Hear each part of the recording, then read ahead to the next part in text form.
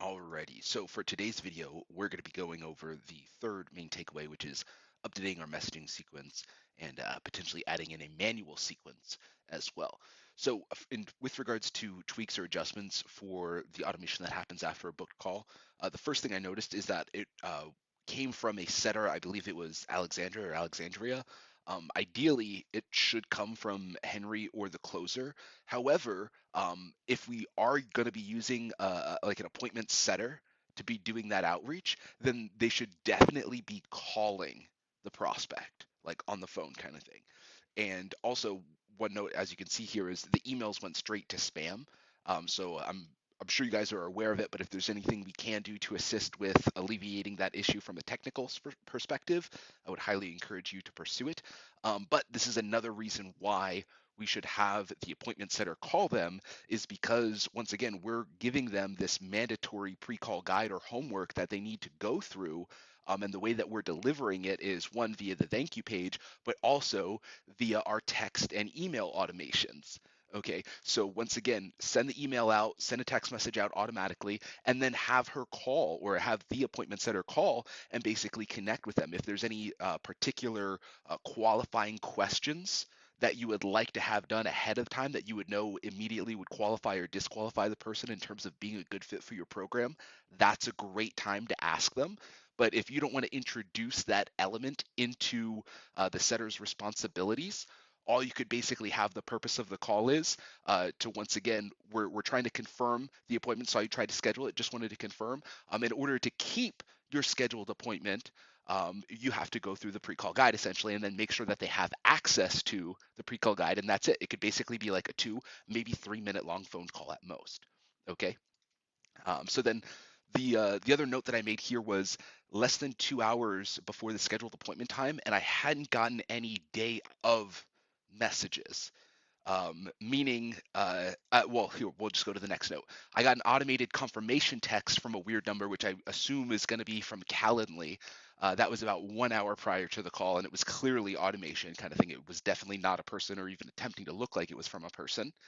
And then it got what appeared to be an automated message. Like I couldn't quite tell, but I was pretty sure that it was automated 30 minutes before the scheduled call. And the thing I made a note of is that the messaging is inconsistent with the SOP. So the messaging is that Boldy will typically wait around 5 minutes for you. If you aren't able to connect, then he'll end the call and we'll reach back out to reschedule. So the SOP, at least defined by Chris, is that we'll have the closer reach out and attempt to conduct the call versus canceling it or trying to reschedule kind of thing. So, like I said, just a minor inconsistency, not a big deal. But what I'll actually do is actually let's touch on this, and then I'll circle back to the messaging that we can implement, and also that manual element that we discussed earlier. Okay, so the double tap approach very simply is when you do end up having your closer or even your appointment setter reach out, whether it's a scheduled call or not, the double tap approach is that you always call someone twice back to back if they don't answer. So let it ring all the way through the first time. Do not leave a voicemail on the first go. Just immediately dial the phone number again, call them back. A couple of reasons behind this. Main one is that like robots, like automation, can't dial the same number twice back to back like that. And then also from like a psychological perspective for the person receiving it, typically they know that someone's only going to call them twice back to back if it's something that's important, right? That like needs their attention. So you're far more likely to get people to answer on that second call if they didn't answer the first call. Okay, but if they still didn't answer on the second call, we're going to go ahead and leave a voicemail. And then as soon as we leave that voicemail, we're going to go ahead and send them a text message. Okay? Alrighty, so then to circle back to the messaging here, I'm actually going to pull from part of a training that I made about how to achieve 70% plus attendance rates. So what we're looking at here is the text message templates that we're utilizing. And once again, if we can automate a portion of it, that's totally fine. If not, this is where that manual effort is going to come in. Okay, and I can give you guys a link to this so you can make your own copy as it says in the title.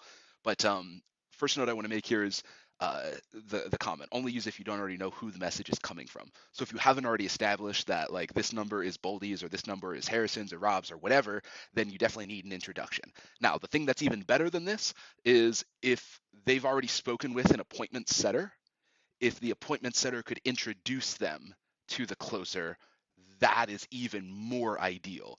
So like whether it's on social, like via Facebook Messenger, or if we have their phone numbers and we're calling them, definitely do a text thread with them for sure. Okay, that's the ideal way to make that introduction. Okay, to the sales closer. And then anyway, so we've got these messages. You can obviously tweak them to what it is that you're looking for, but I mean it even includes we'll shoot you the Zoom link here. The main point of this is to establish that we need you to go through this pre-call guide ahead of our call. And it's not like this is new information to them. It's just reiterating or remaining consistent and congruent with the messaging from Henry and our web pages that they've already seen once we've updated the previous videos that I've shared with you, right? So anyways, the thank you page link, this is once again just going to give them access to that page, which has all of not only the thank you page, but also the rest of the pre-call guide inside of that page. That way we don't have to send them 3, 4, many links, whatever. It's just, this is the thank you page link, check out the video, and then bing, bang, boom. They can do the rest, okay? So then that's just, like once the setter connects with them, that's where this conversation comes in. So then the morning of, okay, this could be text or DM, because once again, if we're in Messenger or if we're in text, it's gonna tweak the message a little bit, but it's completely up to you. But we recommend either a custom video or voice message that mentions their name specifically, the prospect's name, okay, the appointment time that they have, so like 1 o'clock today, and asks an engaging question that should elicit a response. It shouldn't just be like sure or yep. You know what I mean? Like something that should actually like make them want to start talking via the DMs, but we're not going to give them the satisfaction of like having a full-on conversation in the DMs. We're just going to spark that interest, right?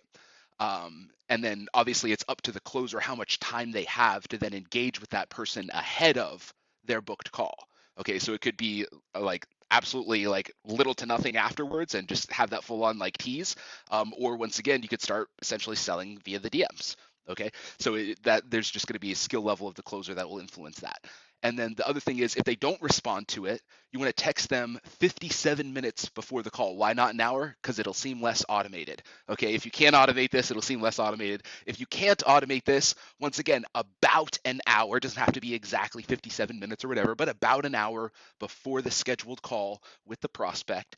You want to make sure that, well, you don't have to sell them, tell them from high ticket selling made simple, but you would say like who you are, where you're coming from, and then ask if they're still good to connect in about an hour. Because once again, if we're sending this message, it's because they have not responded to us up to this point.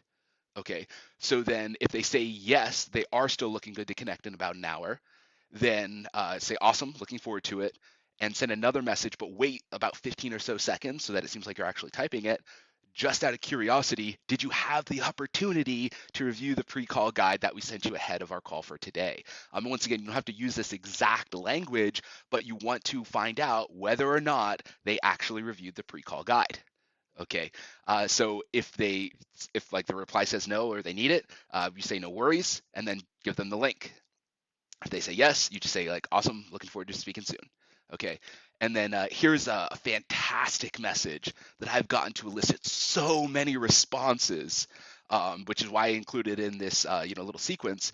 So if it's about 5 to 10 minutes before the scheduled appointment time, and they still have not sent you any messages, they haven't responded to anything, not the voicemail or the custom video, none of the like hour ahead prompts, none of that, you would say, hey, just following up, you gonna be ready for our call in a few minutes? Or would it be better if we rescheduled? So you could do that, or if you want to take a more stern approach, or would it be better if I just moved on? Okay, so it just depends on how like firm you want to be with it. It's up to you, but basically implementing a 8 minute, like a 5 to 10 minute message ahead of time, just following up, you're going to be ready for a call. That will allow you to get so many more people that otherwise would have just ghosted you or whatever to be able to re-engage them and either get them then on that call or be able to find a time that's going to work better for the both of you to connect.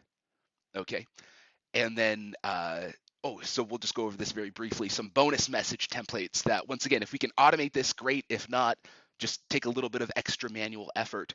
So if you've already called twice and you left the voicemail, like I talked about with that double tap approach or method, you would just say, "Hey name," like the person's name, prospect's name, just tried reaching out to you for a scheduled appointment today. Is now still a good time to chat? Right? So like that's no pressure. That's not like mean or offensive or anything. Like just now still a good time to chat, right? And then I always like to have this message because sometimes it's hard to manage the calendar, and I always try to be respectful of everyone's time. Have this message ready to go for yourself. My apologies, but my last appointment is running a little bit behind schedule. Might be a few minutes late for a call. We'll hop on our Zoom link as soon as I can. So once again, you can rephrase this however you want, but the point is you send this to someone if you know you're gonna not be able to be on right at time, right on time rather. Let them know that you still care about them and you're definitely going to be there. It just might be a few minutes late. Okay, so once again, if you can automate that, turn it into like a template essentially, so that it's easier for the closer to basically, while he's on the phone or she's on the phone with someone else, just select this template inside the CRM and be able to shoot that out. So it takes like literally like 3 clicks or whatever, and they can not really have to distract themselves too much from what it is that they're doing on the phone with the prospect that they're currently engaged with. Okay, so once again, I know it's a whole lot of information that we went over in this video. So if you have any questions, you need help with any of the implementation, tweaking the language, like the messaging to better suit you, just let me know. Happy to help.